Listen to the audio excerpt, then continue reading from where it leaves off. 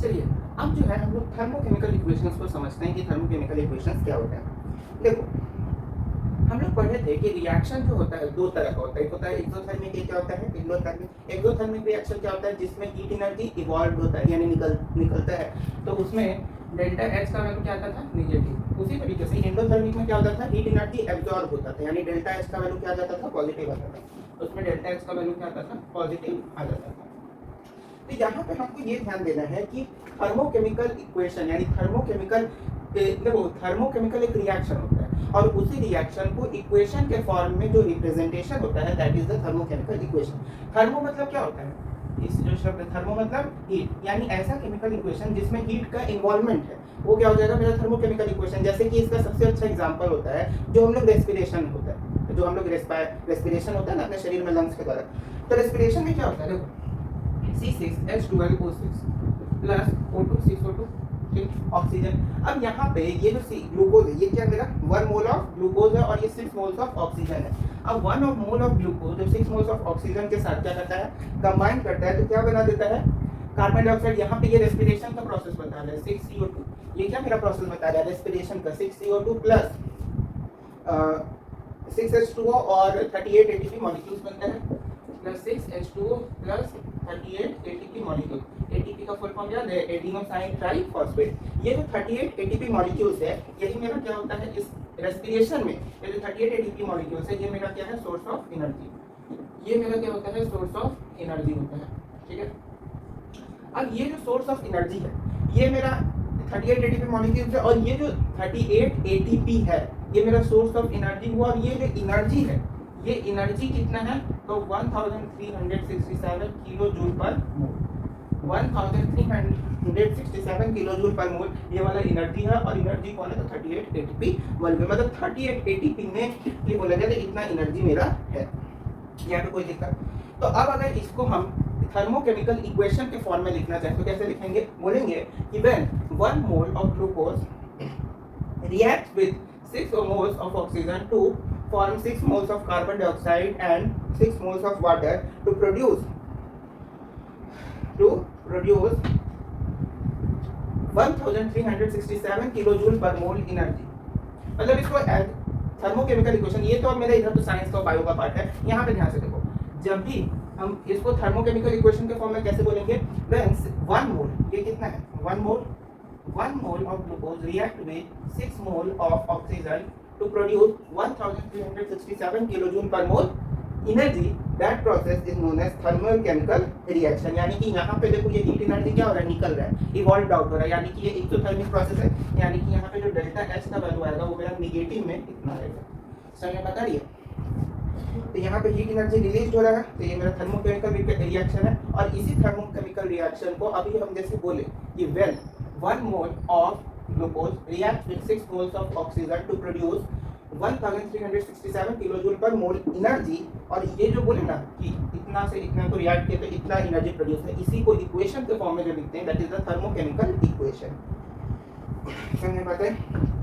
और वो जो थर्मोकेमिकल इक्वेशन है वो बैलेंस्ड भी होना चाहिए। जैसे यहाँ पे देखो यहाँ पे कार्बन कितना है 6 तो इधर भी देखो 6 कार्बन है, यहाँ पे हाइड्रोजन कितना है 12 तो यहाँ पे हाइड्रोजन 12, ऑक्सीजन 6 तो यहाँ पे भी ऑक्सीजन 6 2 18 तो यहाँ पे भी ऑक्सीजन 18 है। समझ में आता है। ये तो मतलब बैलेंस्ड भी होना चाहिए थर्मोकेमिकल इक्वेशन। चलिए अब जो है हम लोग देखते हैं डिस्प्लेसमेंट रिएक्शन क्या होता है। डिस्प्लेसमेंट रिएक्शन जो है कुछ नहीं तो जो थर्मोकेमिकल रिएक्शन पढ़े है ना उसी को बस डिस्प्लेसमेंट रिएक्शन बोला जाता है। थर्मोकेमिकल रिएक्शन में क्या देखते थे कि एनर्जी जो है रिलीज होता है किस फॉर्म में हीट एनर्जी के फॉर्म में रिलीज होता है और वो एनर्जी कैसा होता है केमिकल एनर्जी होता है। हम लोग एक रिएक्शन पढ़े थे याद करो 10th क्लास का कि जब आयरन को H2SO4 के साथ रिएक्ट करते याद है डिस्प्लेसमेंट रिएक्शन।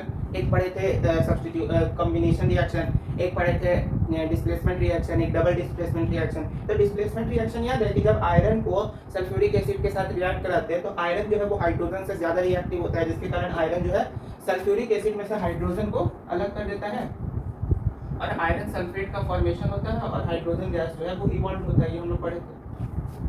तो अगर यहाँ पे ये जो हाइड्रोजन गैस इवॉल्व हुआ इसके साथ कुछ एनर्जी भी रिलीज होती है, कुछ एनर्जी भी रिलीज होती है। तो अगेन यहाँ पे ये एक एक्सोथर्मिक प्रोसेस है क्योंकि इसमें हीट एनर्जी क्या हो रहा है रिजॉल्व मतलब इवॉल्व हो रहा है निकल रहा है। तो यहाँ पे ये जो एनर्जी निकल रहा है ये कैसा एनर्जी है? ये कैसा एनर्जी है? केमिकल एनर्जी है। और किस फॉर्म में? हीट एनर्जी के फॉर्म में। तो यहाँ पे ये कैसा रिएक्शन हो गया? थर्मोकेमिकल रिएक्शन, क्योंकि यहाँ पे केमिकल रिएक्शन कैसे हो रहा है? हीट एनर्जी के फॉर्म में निकलते हुए। तो ये मेरा क्या हो गया? Thermochemical reaction. अब इसी में एक और होता है कि जब हम आयरन, यहाँ जैसे फेरस सल्फेट है यानी आयरन सल्फेट, अब अगर हम लोग आयरन ऑक्साइड को हाइड्रोजन के साथ करें, क्या बोला कि आयरन ऑक्साइड Fe2O3 को जब 3H2 के साथ रिएक्ट कराते हैं तो ये मेरा क्या देता है? प्रोडक्ट फॉर्म क्या होता है? आयरन प्लस आयरन बनता है 2Fe प्लस 3H2O। यानी यहाँ पे जब आयरन ऑक्साइड को H2 के साथ 3 मोल्स ऑफ हाइड्रोजन के साथ रिएक्ट कराते हैं तो 2 मोल ऑफ आयरन मिलता है, 3 मोल्स ऑफ वाटर मिलता है। तो इसमें भी एनर्जी क्या हो रहा है? रिलीज हो रहा है। इसमें भी ध्यान से देखना है, एनर्जी क्या होगा? रिलीज होगा। तो ये सारे के सारे मेरे थर्मोकेमिकल यानी जो डिस्प्लेसमेंट रिएक्शन है उसको एक तरह से थर्मोकेमिकल रिएक्शन बोले तो गलत बात नहीं होगा। तो ये चीज यहाँ पे समझ में आ गया। चलिए अब एक चीज और देखते हैं जिसका नाम होता है standard enthalpy of formation. Standard enthalpy of formation क्या होता है? देखो, कोई भी केमिकल कंपाउंड या मॉलिक्यूल्स के जो जैसे केमिकल कंपाउंड है या कोई भी मॉलिक्यूल, कोई भी सब्सटेंस है, उसके फॉर्मेशन में जो एनर्जी खर्च होती है उसको बोलते हैं स्टैंडर्ड एंथैल्पी ऑफ फॉर्मेशन। यानी बस वो कंपाउंड, वो जो मॉलिक्यूल जो हम लोग को बोल रहा है, बस उस मॉलिक्यूल के जैसे रिएक्शन तो कंटिन्यू होता है, एक एनर्जी ऐसी होती है जो कि रिएक्शन कंटिन्यू होता है और वो इवॉल्व होती है। एक एनर्जी होती है कि जो इन मॉलिक्यूल से, ये जो मॉलिक्यूल्स, ये जो है ना, जैसे यहाँ आयरन ऑक्साइड है, यहाँ हाइड्रोजन है, तो इस मॉलिक्यूल से बस ये मॉलिक्यूल्स बनाने में जो एनर्जी खर्च हुआ उसको बोलते हैं स्टैंडर्ड एंथैल्पी ऑफ फॉर्मेशन। समझ में आता है? जैसे कैल्शियम कार्बोनेट है ना, CaCO3, कैल्शियम कार्बोनेट को जब हम हीट करते हैं 487 डिग्री सेल्सियस, 487 डिग्री सेल्सियस पे जब कैल्शियम कार्बोनेट को हीट करते हैं तो ये हमको कैल्शियम ऑक्साइड और क्या दे देता है? कैल्शियम ऑक्साइड और कार्बन डाइऑक्साइड। ठीक है, तो यहाँ पे ये 487 डिग्री सेल्सियस जो हीट एनर्जी है ये हो गया स्टैंडर्ड एंथैल्पी ऑफ फॉर्मेशन, क्योंकि ये जो हीट एनर्जी है ये केवल इस कंपाउंड से ये दोनों कंपाउंड को फॉर्म करने में काम आया, केमिकल रिएक्शन को आगे कंटिन्यू करने में काम नहीं आया। बस ये जो कंपाउंड है, इस कंपाउंड से ये दोनों कंपाउंड के बनने में जो एनर्जी खर्च हुई, that energy known as standard enthalpy of formation. अब जैसे इसको एक और तरीके से समझ सकते हैं कि जब 487 डिग्री सेल्सियस के टेम्परेचर पे हीट किया गया तो कैल्शियम कार्बोनेट जो है वो डिकम्पोज करके कैल्शियम ऑक्साइड और कार्बन डाइऑक्साइड का फॉर्मेशन किया। समझ में बताइए? अब इसका एक और एग्जांपल देखते हैं। जैसे पहला एग्जांपल तो ये है, दूसरा एग्जांपल हो गया कि जैसे हाइड्रोजन है, ठीक, H2 मॉलिक्यूल। अब हाइड्रोजन का ये जो H2 मॉलिक्यूल है, इस H2 मॉलिक्यूल को H के यानी H2 मॉलिक्यूल यानी हाइड्रोजन का जो मॉलिक्यूल है इसको हाइड्रोजन के, क्योंकि ये दो एटम से मिलकर बना है, ये मॉलिक्यूल किससे? दो एटम से, दो एटम है तभी मॉलिक्यूल बना हुआ है। तो हाइड्रोजन का जो मॉलिक्यूल है उसमें दो एटम है, तो वो दो एटम जब अलग होते हैं यानी दो एटम जब टूटते हैं तो हाइड्रोजन का मॉलिक्यूल से वो दो एटम टूटा, उस टूटने में जितना एनर्जी दी है, जितना इलेक्ट्रिक करंट हाइड्रोजन मॉलिक्यूल से हाइड्रोजन एटम को तोड़ने के लिए इलेक्ट्रिक करंट देता है, तो इलेक्ट्रिक करंट जितना दिया वो मेरा क्या हो जाएगा? Standard enthalpy of formation. जैसे हाइड्रोजन एटम है, अब इस मॉलिक्यूल है, इसमें क्या किया? इलेक्ट्रिक करंट को पास किया। तो ये इलेक्ट्रिक करंट बस क्या किया कि हाइड्रोजन के मॉलिक्यूल को H+H में क्या किया? ब्रेक डाउन किया। और ये जो H+H में ब्रेक डाउन किया, इसमें जो ये एनर्जी खर्च हुई, इस एनर्जी को बोलेंगे स्टैंडर्ड एंथैल्पी ऑफ फॉर्मेशन। चलिए अब जानते हैं फोटोकेमिकल रिएक्शन क्या होता है। ऐसा रिएक्शन जिसमें फोटोन्स का यानी लाइट का यूज हो। फोटोकेमिकल से याद रखना है या फोटोन से याद रखना है, लाइट से याद रखना है। कोई भी तरीके का लाइट हो सकता है, यूवी रेज हो सकता है, सनलाइट हो सकता है, या जो आर्टिफिशियल लाइट होता है वो हो सकता है। तो फोटोकेमिकल रिएक्शन ऐसा रिएक्शन होता है जिसमें फोटोन्स का यूज होता है, फोटोन यानी लाइट का यूज होता है, जिसका सबसे अच्छा एग्जांपल है फोटोसिंथेसिस। फोटोसिंथेसिस में क्या होता है? जब carbon dioxide 6 moles of carbon dioxide जो है 6 मोल्स ऑफ H2O के साथ रिएक्ट करता है in the presence of UV rays to form 6 moles of C6H12O6 plus 6O2 oxygen, 6 moles। जब कार्बन डाइऑक्साइड जो है वाटर के साथ रिएक्ट करता है in the presence of UV rays to form glucose and oxygen, तो इसको हम लोग फोटोसिंथेसिस इस प्रोसेस को तो कहते हैं। इसमें ध्यान से देखो किसका यूज हुआ? फोटोन्स का। यहाँ पे किसका यूज हुआ है? फोटोन्स का। जब वाटर, ये जो वाटर है और ये कार्बन डाइऑक्साइड, जब वाटर और कार्बन डाइऑक्साइड जो है एक दूसरे से, जो प्लांट का लीफ होता है, इस है वाटर है यहाँ, और यहाँ पे है कार्बन डाइऑक्साइड। जब वाटर और कार्बन डाइऑक्साइड प्लांट के लीफ में रिएक्ट करता है in the presence of UV rays, तो इस प्रोसेस को बोलते हैं फोटोकेमिकल रिएक्शन, क्योंकि यहाँ पे एक केमिकल रिएक्शन हो रहा है और ये केमिकल रिएक्शन किसके मदद से हो रहा है, फोटोन्स की वजह से। यूवी रेज क्या है, लाइट सोर्स है यानी फोटोन्स है, तो फोटोन्स की वजह से जो केमिकल रिएक्शन परफॉर्म होता है उसको हम लोग क्या बोलते हैं, फोटोकेमिकल रिएक्शन बोलते हैं। और फोटोकेमिकल रिएक्शन को रिप्रेजेंटेट करने का, रिप्रेजेंटेशन ऑफ फोटोकेमिकल रिएक्शन को ही कहते हैं फोटोकेमिकल इक्वेशन, वो भी बैलेंस फॉर्म में। जैसे कि यहाँ देखो कार्बन जो अच्छी है, जैसे हम अभी बताए नहीं थे कि डिस्प्लेसमेंट रिएक्शन में कि कैसे जो है थर्मोकेमिकल रिएक्शन में कि हर चीज बैलेंस होनी चाहिए, रेस्पिरेशन में भी बताया था। तो यहाँ पे भी फोटोकेमिकल इक्वेशन हो या थर्मोकेमिकल इक्वेशन हो, सारे में जो इक्वेशन है वो पूरी बैलेंस होना चाहिए, इंपॉर्टेंट बात है। तो जैसे यहाँ कार्बन कितना है 6, यहाँ पे भी कार्बन 6 है, ऑक्सीजन 12 है, यहाँ पे भी ऑक्सीजन 12 है, हाइड्रोजन जो है 12 है, यहाँ पे भी हाइड्रोजन 12 है, ऑक्सीजन 6 है, तो ऑक्सीजन यहाँ पे भी 6 है, इसमें ऑक्सीजन 6 है, इसमें ऑक्सीजन 12 6 और 12 8, समझ में? तो यहाँ पे ये बैलेंस भी है केमिकल इक्वेशन। तो ये मेरा फोटोकेमिकल रिएक्शन होगा। अब फोटोकेमिकल रिएक्शन से रिलेटेड जो है आपकी बुक है उसमें बहुत सारे एग्जांपल दिए हुए हैं कि इसका इतना एनर्जी खर्च हुआ, इसका इतना एनर्जी खर्च हुआ, तो सब देखिए। चलिए अब जान लेते हैं थर्मोडायनामिक्स का सेकंड और थर्ड लॉ। पहले तो हम थर्मोडायनामिक्स में बता चुके हैं कि energy is neither created nor destroyed, it can only transfer from one form to another. Second law क्या होता है, देखो सेकंड लॉ ये बोलता है कि कोई भी स्पॉन्टेनियस रिएक्शन में, कोई भी स्पॉन्टेनियस रिएक्शन होता है उसमें जो एनर्जी होता है ना, जो एनर्जी होता है, जो एंट्रोपी होता है यूनिवर्स में, वो इंक्रीज करता है। सेकंड लॉ क्या बोलता है कि कोई भी स्पॉन्टेनियस रिएक्शन है उसमें जो एंट्रोपी होता है यानी जो एनर्जी होता है वो क्या होता है, इंक्रीज करता रहता है। स्पॉन्टेनियस रिएक्शन क्या होता है, जिस रिएक्शन में गिब्स एनर्जी का वैल्यू 0 से कम, ऐसा रिएक्शन जैसे डेल्टा जी याद है गिब्स एनर्जी, तो गिब्स एनर्जी का वैल्यू जब 0 से कम होता है तो उसको स्पॉन्टेनियस रिएक्शन बोलते हैं।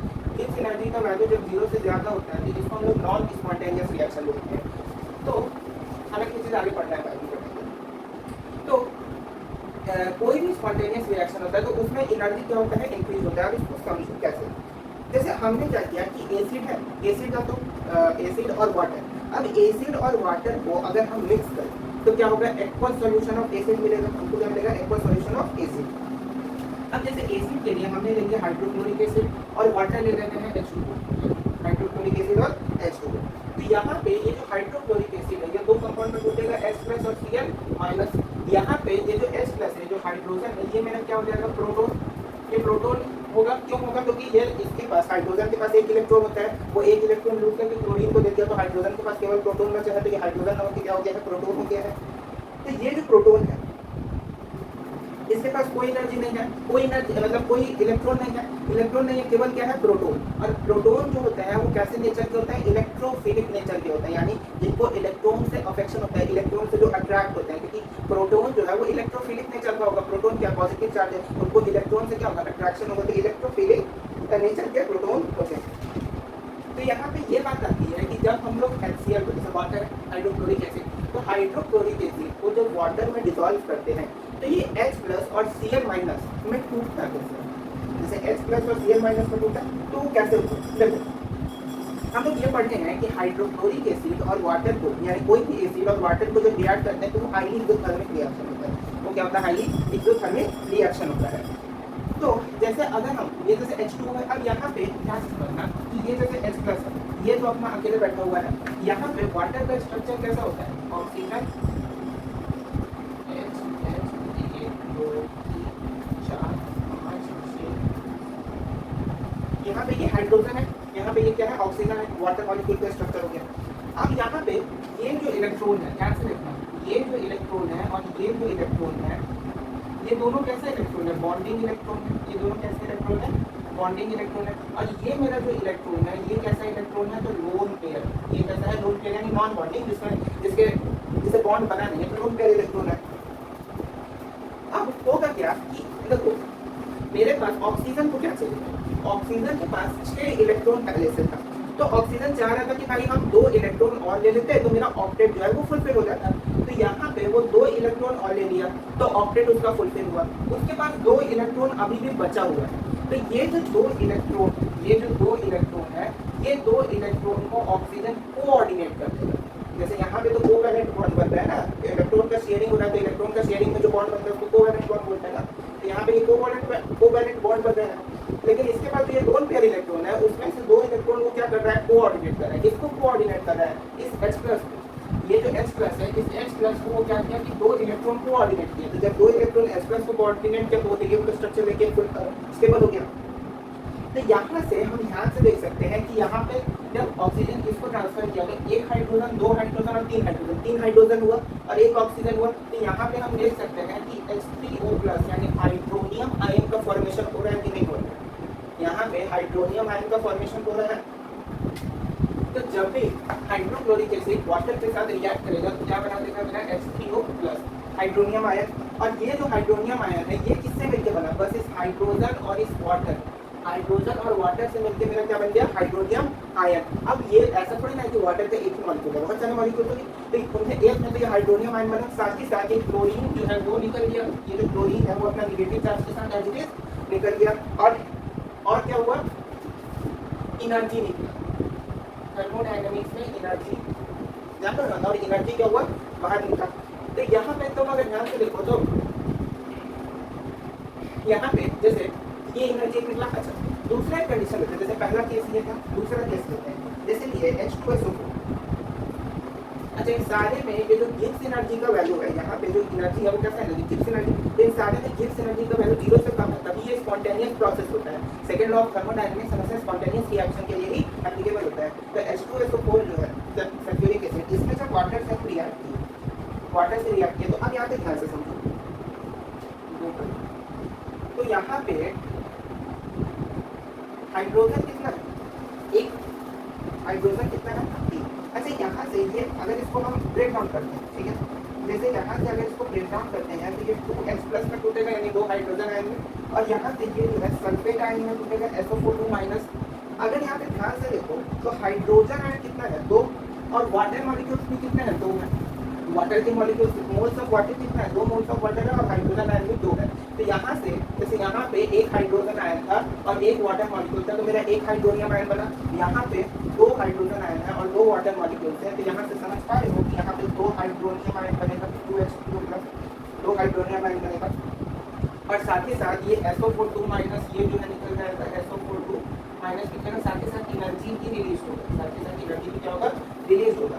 अब यहाँ पे ये वाला जो एनर्जी है ना, वो इस एनर्जी से ज्यादा होगी। क्यों, क्योंकि यहाँ पे देखो एक हाइड्रोजन आयन से एक वाटर मॉलिक्यूल रिएक्ट हुआ, तो यहाँ पे एक वाटर, तो ये एनर्जी जो है, और यहाँ पे देखो, यहाँ पे 2 हाइड्रोजन आयन से 2 वाटर मॉलिक्यूल, यहाँ पे एक हाइड्रोजन आयन से एक वाटर मॉलिक्यूल। तो इस केस में जो एनर्जी है और इस केस में जो एनर्जी है, तो इसका एनर्जी इससे क्या कम होगा, यानी कि जैसे जैसे हाइड्रोजन है उसका देखो, क्योंकि यहाँ पे संख्या बढ़ती जाएगी। हमने अभी क्या बोला कि स्पॉन्टेनियस रिएक्शन मतलब इसमें क्या होता है, एंट्रोपी इंक्रीज करता रहता है। जैसे पहले में मान लेते हैं, पहले में एंट्रोपी जो है वो इवन था, दूसरे में E2 हो गया, तो यहाँ पे एंट्रोपी क्या हो रहा है, इंक्रीज करता जा रहा है। तो ये मेरा क्या हो जाएगा, ये मेरा क्या हो जाएगा, सेकंड लॉ ऑफ थर्मोडायनामिक्स, कि कोई भी स्पॉन्टेनियस रिएक्शन में जो एंट्रोपी है वो मेरा धीरे धीरे क्या होता है, इंक्रीज करता है। एक रिएक्शन हम बताए थे, अगर याद हो, बेरियम से बेरियम हाइड्रोक्साइड और एमोनियम क्लोराइड का, याद है, जब हम लोग बेरियम हाइड्रोक्साइड और एमोनियम क्लोराइड इन दोनों का एक्वस सॉल्यूशन को जब मिक्स करते हैं तो वो हमको बेरियम क्लोराइड, एमोनिया और वाटर देता है। Barium hydroxide plus barium ammonium chloride NH4Cl, इसको जब रिएक्ट करते हैं दोनों के एक्वस सॉल्यूशन को, देखिए हम लोग को क्या देता है, बेरियम क्लोराइड, एमोनिया और वाटर, ये 3 चीज देता है। तो ये जो रिएक्शन होता है ना, इसमें लार्ज अमाउंट ऑफ एनर्जी, क्योंकि ये रिएक्शन एक बहुत कूल रिएक्शन होता है।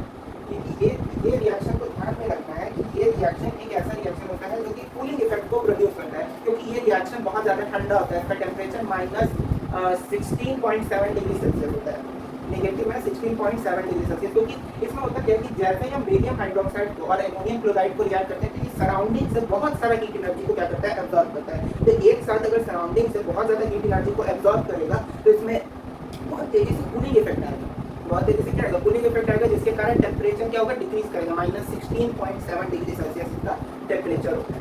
समझ में आता है। तो ये रिएक्शन क्या है, एक कूलिंग इफेक्ट है। चलिए थर्ड लॉ ऑफ थर्मोडायनामिक्स को समझते हैं। थर्ड लॉ ऑफ थर्मोडायनामिक्स क्या होता है, क्रिस्टलाइन सॉलिड याद है, क्रिस्टलाइन सॉलिड क्या होता है, मतलब थोड़ा थोड़ा नमक से रिलेटेड चीज होता है HCl। देखो कोई भी क्रिस्टलाइन सॉलिड है, उसके अंदर उसका जो इंटरनल एनर्जी है अगर वो कांस्टेंट है तो उसमें क्या हो रहा है, कोई वर्क फंक्शन नहीं हो रहा है, कोई वर्क फंक्शन नहीं हो रहा है, कोई वर्क फंक्शन नहीं हो रहा है, यानी कि उसमें एनर्जी में कोई चेंजेस नहीं हो रहा है, इंटरनल एनर्जी में कोई चेंज, यानी टेम्परेचर जो है उसका कांस्टेंट है, टेम्परेचर में भी कोई चेंज नहीं आ रहा है। तो यहाँ पे यही चीज थर्ड लॉ ऑफ थर्मोडायनेमिक्स बोलता है क्या, कि एक perfect crystalline at zero kelvin having zero entropy, मतलब जैसे अगर इंटरनल एनर्जी जीरो है तो टेम्परेचर भी मेरा क्या होगा, जीरो होगा।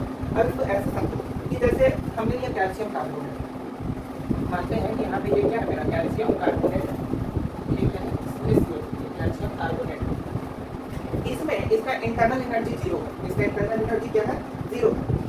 तो इंटरनल एनर्जी जीरो है, यानी कि इसके अंदर के जो सॉलिड्स है वो किस पोजीशन में होंगे, रेस्ट पोजीशन में होंगे, क्योंकि इंटरनल एनर्जी जीरो है, यानी कि कोई वर्क डन नहीं हो रहा, मतलब कि रेस्ट में होगा तभी ना वर्क डन नहीं हो रहा होगा, तो रेस्ट में, यानी कि इसमें जो एनर्जी मेजर्ड होगा वो कैसा आएगा, जीरो, क्योंकि कोई भी वर्क फंक्शन नहीं हो रहा। जब रेस्टिंग है पोजीशन, जैसे हम ऐसे रेस्ट में खड़े तो वर्क फंक्शन हो रहा है, हम कोई काम नहीं कर रहे, एक जगह खड़े हो चुके हैं, तो अगर इसमें सब चीज रेस्ट में है, सब चीज कांस्टेंट है, जीरो है, तो वर्क फंक्शन भी क्या होगा, जीरो होगा इनसाइड द क्रिस्टल सॉलिड। तो इसमें अब ध्यान से जब इस क्रिस्टल सॉलिड को हम हीट करेंगे, जब इस क्रिस्टल सॉलिड को हम क्या करेंगे, हीट करेंगे, तो इस क्रिस्टल सॉलिड के अंदर का जो बॉन्ड्स, जो इसके अंदर कैल्शियम कार्बोनेट है उसमें जो बॉन्ड्स है वो क्या होंगे, ब्रोक डाउन होंगे, बॉन्ड्स क्या होंगे, ब्रोक डाउन करेंगे ना, टूटेंगे, और टूट के न्यू कंपाउंड्स का फॉर्मेशन करेंगे, टूट के क्या करेंगे, न्यू कंपाउंड्स का फॉर्मेशन करेंगे, और उसमें एटम्स का अरेंजमेंट जो है क्रिस्टल सॉलिड के, तभी ना कैल्शियम कार्बोनेट को जब हीट देते हैं तो कैल्शियम ऑक्साइड और कार्बन डाइऑक्साइड यानी न्यू कंपाउंड्स का फॉर्मेशन करता है ना, जब कैल्शियम कार्बोनेट में से,